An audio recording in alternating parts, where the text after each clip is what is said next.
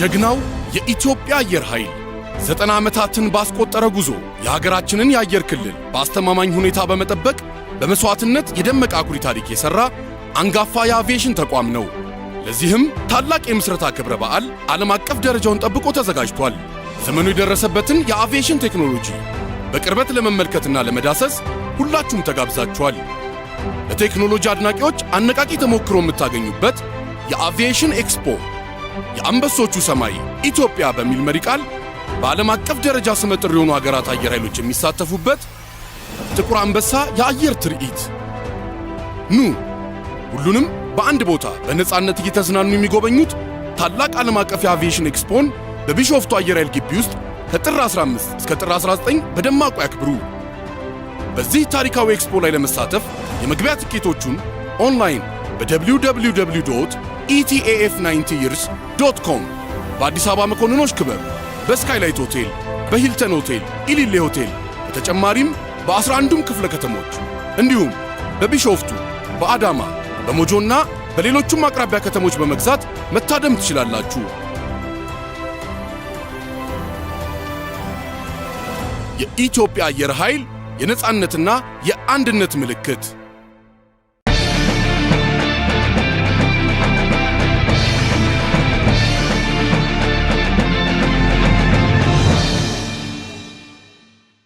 ሰላም ጤና ይስጥልን። የሀቅና ሳቅ ሚዲያ አድማጮቻችንና ተመልካቾቻችን የዕለቱን ዜና ማታን ይዘንላችሁ ቀርበናል። የሀገር ውስጥና የውጭ መረጃዎችን ወደ እናንተ እናደርሳለን። በመጀመሪያ 7ኛው ጠቅላላ ምርጫ ያለ ጸጥታ ችግር እንዲጠናቀቅ በቂ ዝግጅት ተደርጓል ሲሉ አቶ አደም ፋራህ ተናገሩ። 7ኛው ጠቅላላ ምርጫ ያለ ጸጥታ ችግር እንዲጠናቀቅ በቂ ዝግጅት ተደርጓል ሲሉ የብልጽግና ፓርቲ ምክትል ፕሬዝዳንትና የፓርቲው ዋና ጽህፈት ቤት ኃላፊ አቶ አደም ፋራህ ተናግረዋል። የብልጽግና ፓርቲ የ2018 በጀት ዓመት የ6 ወራት ስራዎች አፈጻጸም ግምገማ መድረክም ተካሂዷል። በመድረኩ አቶ አደም ፋራህ እንደ ገዢ ፓርቲ 7ኛው ጠቅላላ ምርጫ ስኬታማ እንዲሆንና ያለ ጸጥታ ችግር እንዲጠናቀቅ በቂ ዝግጅት መደረጉንም ነው ያብራሩት። በሁሉም የምርጫ ክልሎች ያለው የሰላም ሁኔታ ተገምግሞ ምርጫ ለማከናወን የሚያስችሉ የሰላምና ጸጥታ ስራዎች እየተሰሩ ነው በማለት ገልጸዋል። ፓርቲው በምርጫው በብቃት ለመሳተፍ መዘጋጀቱንም ተናግረዋል።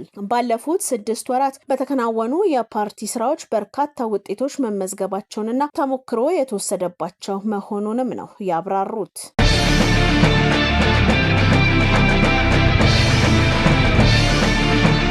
የአሜሪካው አምባሳደር ኤርቪን ማሲንጋ ወልቃይት ጠገዴ ሰቲት ሁመራ ገቡ። በኢትዮጵያ የአሜሪካ አምባሳደር ኤርቪን ማሲንጋ ወልቃይት ጠገዴ ሰቲት ሁመራ ከተማ ይፋዊ የስራ ጉብኝት ለማድረግ ዛሬ ረፋዱን ገብተዋል። አምባሳደሩ ሁመራ አውሮፕላን ማረፊያ ሲደርሱ የዞኑ ዋና አስተዳዳሪ አቶ እሸተ ደምለውና ሌሎች ከፍተኛ የዞኑ አመራሮች ደማቅ አቀባበል አድርገውላቸዋል። በዚህ ታሪካዊ ጉብኝት ላይ የጠቅላይ ሚኒስትር ዶክተር አብይ አህመድ የምስራቅ አፍሪካ ጉዳዮች አማካሪ አቶ ጌታቸው ረዳ የተገኙ ሲሆን የከፍተኛ አመራሮች በአንድ መገኘት ለጉብኝቱ ልዩ ትኩረትን ሰጥቷል። አምባሳደር ማሲንጋ ወደ አካባቢው ያቀኑት በዞኑ ያለውን ወቅታዊ ሁኔታ ከአመራሮቹ ጋር ለመወያየትና በስፍራው የሚገኙ የጤና ተቋማት የሚሰጡትን አገልግሎት ለመመልከት መሆኑም ታውቋል። ይህ ጉብኝት በስትራቴጂካዊ የድንበር ከተማ ሁመራ ያለውን ማህበራዊና ኢኮኖሚያዊ እንቅስቃሴ ለመረዳት እንዲሁም የአሜሪካ መንግስት በጤናው ዘርፍ የሚያደርገውን ድጋፍ ለማጠናከር ያለመ መሆኑም ተገልጿል።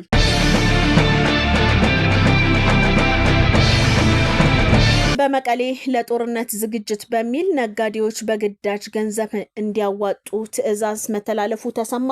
የህወሓት ቡድን ጥር 6 2018 ዓ.ም በመቀሌ በአዲ ሐቂ ገበያ ውስጥ የሚገኙ ነጋዴዎችን ሰብስቦ ለቀጣይ የጦርነት ዝግጅት የሚውል አንድ ነጋዴ ከ5000 ብር በላይ መዋጮ በግዳጅ እንዲከፍል ትዕዛዝ መስጠቱ ተሰምቷል። በትግራይ ህዝብ ስም እየነገደ መሆኑ የሚነገርለት ህወሓት ለረሃብና ለስቃይ አሳልፎ የሚሰጠውን ይህ ጽንፈኛ ኃይል የዓለም አቀፉ ማህበረሰብ አንድ ሊለው ይገባል ሲሉ ተቃዋሚዎች እየሞገቱ ይገኛሉ።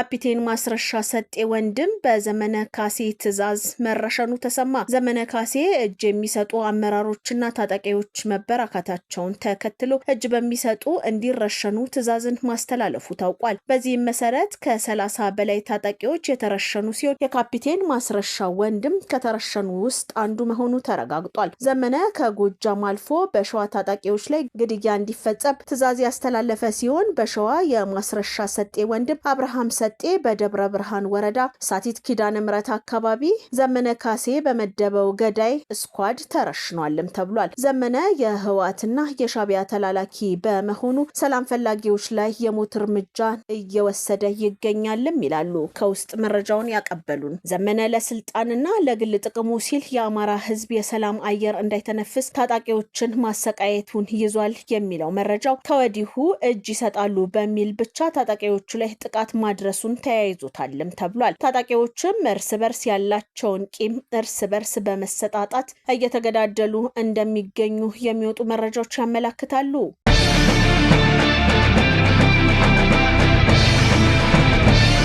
በመዲናዋ ኢትዮጵያዊ ምግቦች የሚቀርቡበት ፌስቲቫል ሊዘጋጅ ነው ተባለ።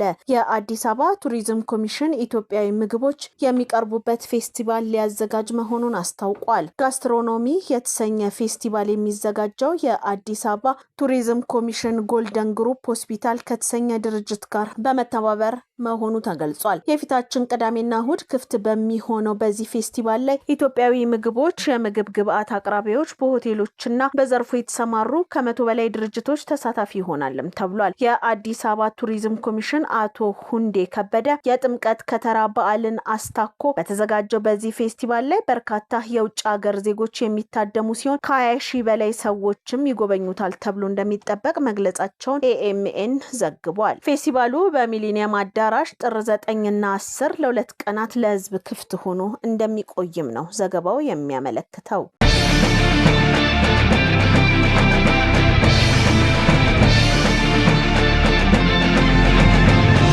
በባሮ ወንዝ ላይ ለ6 ቀናት በልዩ ድምቀት የሚከበረው የጥምቀት በዓል በከተማዋ ባሮ ወንዝ ላይ በጋምቤላና አካባቢው በሚገኙ የኢትዮጵያ ኦርቶዶክስ ተዋሕዶ ቤተክርስቲያን እምነት ተከታዮች ዘንድ በድምቀት የሚከበረው ጥምቀት ትልቅ ሃይማኖታዊ በዓል ነው። በወንዙ ላይ የከተራና የጥምቀት በዓል ከሌሎች አካባቢዎች በተለያዩ ሁኔታ ለ6 ተከታታይ ቀናት በድምቀት መከበሩ ደግሞ በዓሉን ልዩ ያደርገዋል። የቄለም ወለጋ፣ የቤኒሻንጉል ጉሙዝ አሶሳ፣ የጋምቤላና ደቡብ ሱዳን አህጉረ ስብከት ሊቀ ጳጳሳት ብፁዕ አቡነ ሩፋኤል እንደተናገሩት በዓሉ በድምቀት እንዲከበር አካባቢውን በማጽዳትና የተለያዩ ስራዎች በማከናወን ከጥር 1 ጀምሮ አስፈላጊው ዝግጅት ተደርጓል። በከተራ ዕለት በአካባቢው የሚገኙ 44 ታቦታት ወደ ባሮ ወንዝ ወርደው እንደሚያድሩ የገለጹት ብፁዕ አቡነ ሩፋኤል በዕለቱ የተለያዩ ሃይማኖታዊ ስነስርዓቶች እንደሚከናወኑ አስረድተዋል። በጥምቀት ዕለት ጠዋት ላይ በርካታ ምዕመናን በባሮ ወንዝ በመገኘት ጸበል የመረጨትና የተለያዩ ሃይማኖታዊ ስነስርዓቶች ከተከናወኑ በኋላ ቆየት ብለው የቅዱስ ገብርኤልና ኪዳነ ምሕረት ታቦታት ከተደራቢ ጽላቶች ወደ ደብራቸው ይመለሳሉ ብለዋል። በማግስቱ የቃና ዘገሊላ ቅዱስ ሚካኤልና ተደራቢ ታቦታት ወደ ደብራቸው እንደሚመለሱ እሱም በጥር 13 ቅዱስ ሩፋኤልና እግዚአብሔር አብ ከተደራቢ ጽላቶች ጋር እንደሚገቡ ጠቁመዋል። በተጨማሪ በአራተኛው ቀን የአቡነ አረጋዊ ደብረ ዳሞ ገዳም ተደራቢ ጽላቶች ወደ ደብራቸው ይመለሳሉ በማለት አብራርተዋል። በአምስተኛ ቀን የቂርቆስ ዓመታዊ በዓል ተከብሮ ወደ ደብሩ እንደሚመለስም ነው ያስረዱት። በየዕለቱ ታቦታትን የመሸኘት መርሃ ግብር ከተከናወነ በኋላ በታቦታት ማደሪያ ከምሽቱ 1 ሰዓት ጀምሮ ትምህርታዊ ጉባኤ እንዳለም ገልጸዋል። በዓሉ ሰላምና አንድነት የሚሰበክበት በመሆኑ ሁሉም የእምነቱ ተከታይ ለኢትዮጵያ ሰላምና አንድነት በመጸለይ እንዲሁም የሚጠበቅበትን ኃላፊነት በመወጣትና እርስ በርስ በመደጋገፍ በዓሉን እንዲያከብር አባታዊ መልእክታቸውን አስተላልፈዋል። ጠቅላይ ሚኒስትር ዶክተር አብይ አህመድ የፋይናንስ እምርታ በኢትዮጵያ በሚል በተሰናዳውና 6 የሀገራችን የፋይናንስና የገቢ ስርዓትን በመምራት ላይ ያሉ አበይት ተቋማት አፈጻጸም በሚገመገሙበትና ለሚቀጥሉት 5 ዓመታት የሚኖራቸውን ስትራቴጂያዊ የቅድሚያ ምልከታ በሚያደርጉበት ኮንፈረንስ ላይ ተገኝተዋል። ኢትዮጵያ ባለፉት 5 ዓመታት በፋይናንስ አካታችነት ተጨባጭ እድገት ያስገኙና ሰፊ መዳረሻ ያላቸው የማይክሮ ኢኮኖሚ ሪፎርሞች ሪፎርሞችን አካሂዳለች። ከገበያ መር የውጭ ምንዛሪ ስርዓት እስከ ሀገር በቀል የኢኮኖሚ ሪፎርም አፈጻጸሞችና የዲጂታል የክፍያ ስርዓት ድረስ የእነዚህ 5 ዓመታት ክንዋኔ በፋይናንስ ዘርፍ ተወዳዳሪነት በሚያሳድጉ በመንግስት ቆራጥና ስኬታማ ተግባራት የሚገለጥ ነው። የተወደዳችሁና የተከበራችሁ የሀቅና ሳቅ ሚዲያ አድማጮቻችንና ተመልካቾቻችን የዕለቱ ዜና ማታ የተከታተላችሁትን ይመስል ነበረ። ጥሩ ጊዜ ይሁንላችሁ።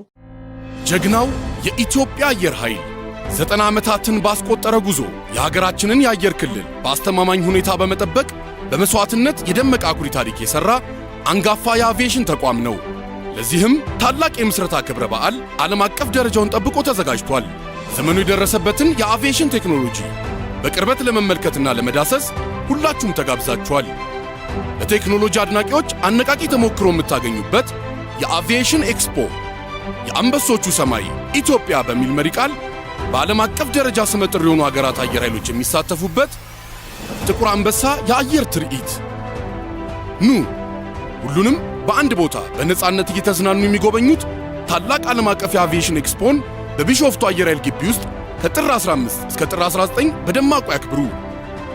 በዚህ ታሪካዊ ኤክስፖ ላይ ለመሳተፍ የመግቢያ ትኬቶቹን ኦንላይን በwww.etaf90years.com በአዲስ አበባ መኮንኖች ክበብ፣ በስካይላይት ሆቴል፣ በሂልተን ሆቴል፣ ኢሊሌ ሆቴል በተጨማሪም በ11ዱም ክፍለ ከተሞች እንዲሁም በቢሾፍቱ፣ በአዳማ፣ በሞጆና በሌሎቹም አቅራቢያ ከተሞች በመግዛት መታደም ትችላላችሁ። የኢትዮጵያ አየር ኃይል የነጻነትና የአንድነት ምልክት